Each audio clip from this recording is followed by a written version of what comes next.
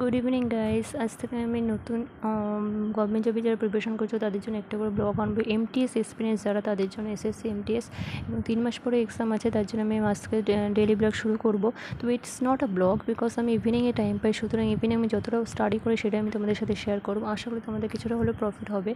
তো আজকে আমি যেটা টপিকে রেখেছি সেটা হচ্ছে আমি কিছুদিন আগে থেকে আমি স্টার্ট করেছি, তো সেটা আমি আজকে থেকে শেয়ার করছি।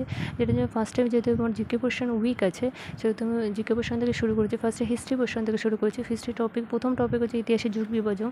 তো তোমরা অবশ্যই যারা প্রিপারেশন নিচ্ছ তারপর অবশ্যই কিন্তু অনলাইনে একটা কোর্স কিনে নিও। আর যদি কারো মনে হয় যে অনলাইনে কী কোর্স কিনবো বুঝতে পারছি না, তো অবশ্যই কমেন্ট করো, আমি অবশ্যই তোমাদের গাইড করবো। চলো একটু দেখে নাও যে আজকে টপিকটা আমি কী পড়বো। আমি ইভিনিংয়ে অ্যাটলিস্ট 3 থেকে 4 ঘন্টা আমি টাইম দিই নিজেকে এই স্টাডির জন্য, তো সেটা আমি তোমাদের কাছে শেয়ার করবো।